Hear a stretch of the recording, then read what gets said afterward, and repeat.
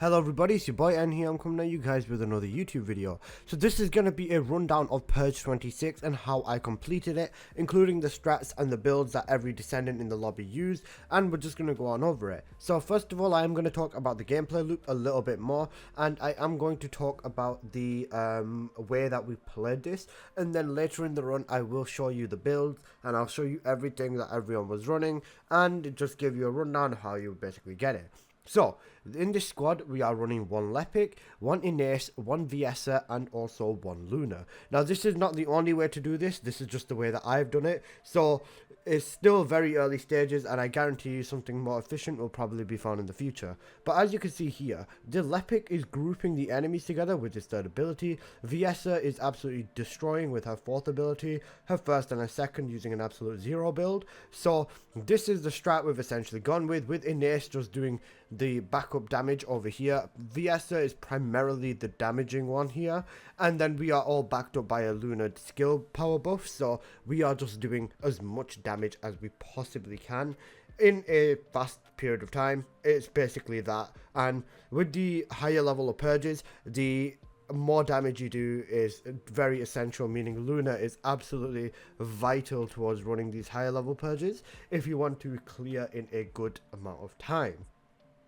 Now I'll just show you one little bit more of the gameplay over here, and then I will show you the builds that we used. So you can just see that we are just basically letting Lepic jump right in, throw his grouping ability in, and then xAlisa is coming in with her fourth ability, with her first ability, and Ines is coming in with her abilities as well. And this is just a really efficient method to like just deal with all of this stuff throughout this fight.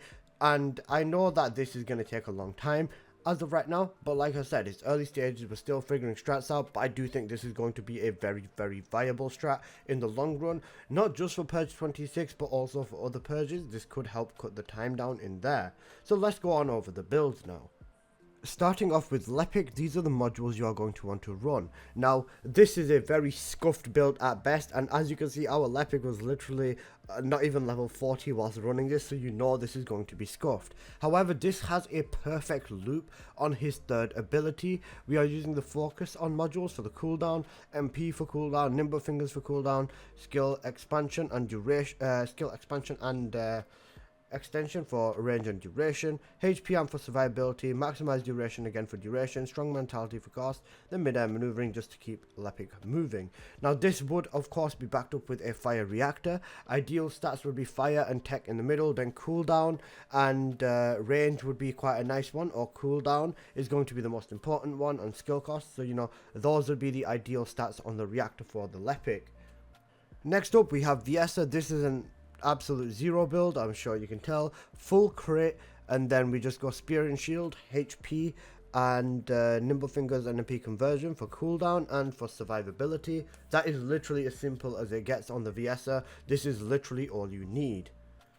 As for reactor, with the xAlisa, you are going to want chill and singular, and then having cooldown on there with a range would be nice. A cooldown and crit damage would be a very good reactor. Also, I quickly forgot to mention the Lepic external components, because I'm going to go over them real quick. So my teammate in this instance was using 2 pieces of a hunter set, so he was getting extra cooldown, and 2 pieces of a annihilation set, so he gets duration up. For the xAlisa, you are going to want to run a full slayer set, so you are just going to want to be absolutely maxing out your damage with xAlisa.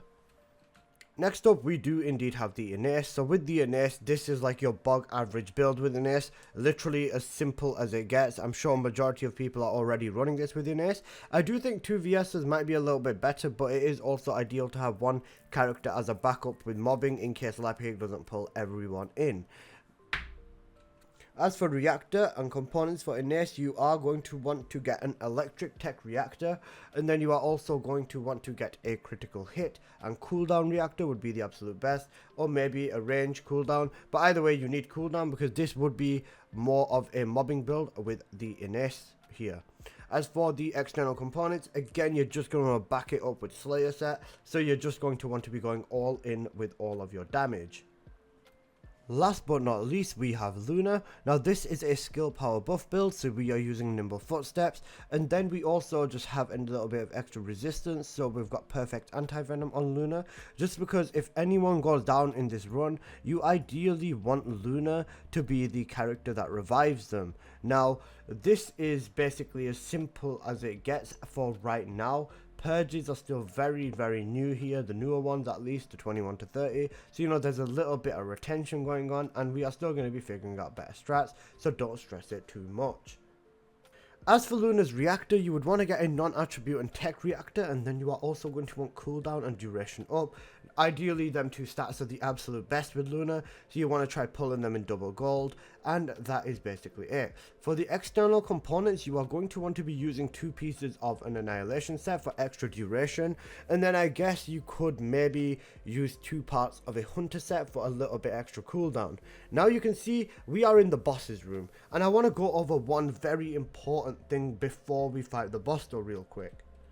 Make sure to use the attribute buffs on the reinversions to debuff the bosses, and all you gotta do with that is just shoot them with your weapon and make sure it's the same corresponding element as you've chosen, and then the boss will have more damage to him because he's been debuffed, so that is a very important thing that will definitely help you out in the higher level inversions.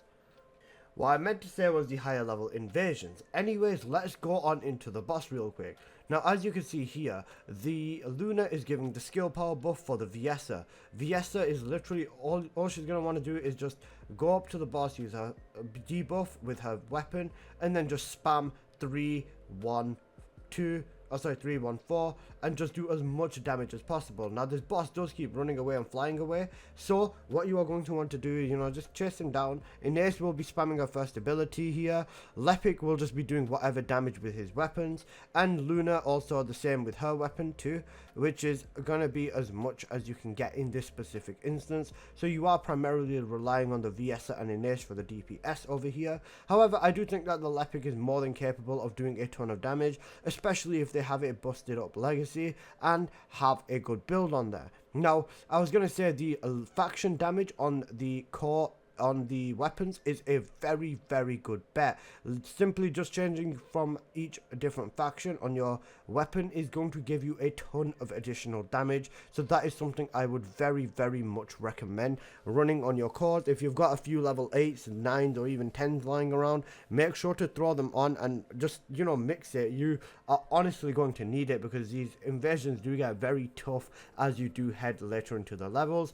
Myself being on 29 right now, my squad is all dead right now because, you know, we're all in different parts of the world, but hey ho, we ball. But the most important part is you can see that we are dealing with this boss, and we went into the boss fight with 4 minutes and 40 seconds on the clock, and we borderline scrape it with a little bit of time left. Now, like I said, this is going to be a very tight. Ideally, you do not want anyone dying in any part of these runs, because if anyone dies, that is literally going to butcher your time, and the death penalty will double every time someone dies, so you really do not want that to be happening. So this is literally it. You just spam your abilities, spam your weapons, and as you can see here, even with my legacy, I am doing promising damage. With Viessa, I'm basically just spamming the legacy. As soon as my abilities have enough MP to be used, I'm just using my 2 for the buff, using my 4, 1 and 3, just doing as much damage as I can. Now we've gone through the first boss's phase within around about 2 minutes, meaning that if we're going to clutch it, we're going to be clutching it with very little time left on the clock. So we're just doing the same thing over and over again. Now Luna will be shifting, I would say. Luna should shift between the MP buff and the skill power buff, so I'd say having some way to coordinate with the Viessa would be the absolute best. And Luna or Viessa could call out when they need MP and then when they need skill power. So that is honestly, I think, the most effective strat as of right now, because this boss is a pain in the backside, and having one Descendant of each I think is the best strat. Lepic is really good at helping, if not almost carrying and allowing the rest of the team to basically keep up. Having a properly invested Lepic would also help, because, you know, our Lepic was very scuffed in this run.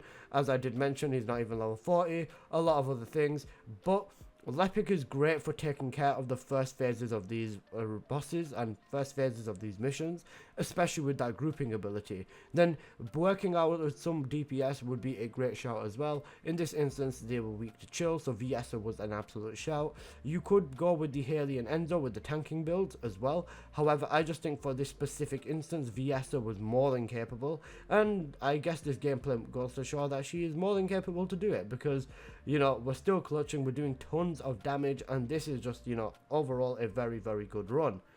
So yeah, I was gonna say, and I'm also pretty sure that the higher level purge that you go to, the elemental differences matter less and less, so they get more resistant towards element. Even if it says very weak to electric, for example, I'm pretty sure it doesn't actually mean too much, especially in the higher levels. Now, so we're at the end, we're gonna kill the boss, and there you go. That is how we do it. We did it with only a few seconds left on the clock. As you can see, I'm hyped because we just came up with this strat out of absolutely nowhere. We were believing in the Lepic, but we didn't believe in the Viessa, and then as soon as we did, this is exactly what happened. As you can see, almost 1 billion damage alone with Viessa. You know we're cooking with this, and I believe we did end up on the leaderboards in this run, but the leaderboards are also a mess. I think that they should also add like a leaderboards for each individual purge, and then solo individual squad. Solo, duo, trio, squad, that would be the best. But yeah, that's basically been this short video on the reinforcement. Bro, I can't even speak English. That's been the short video on the purge. Hope you've enjoyed. Have a good one. Peace.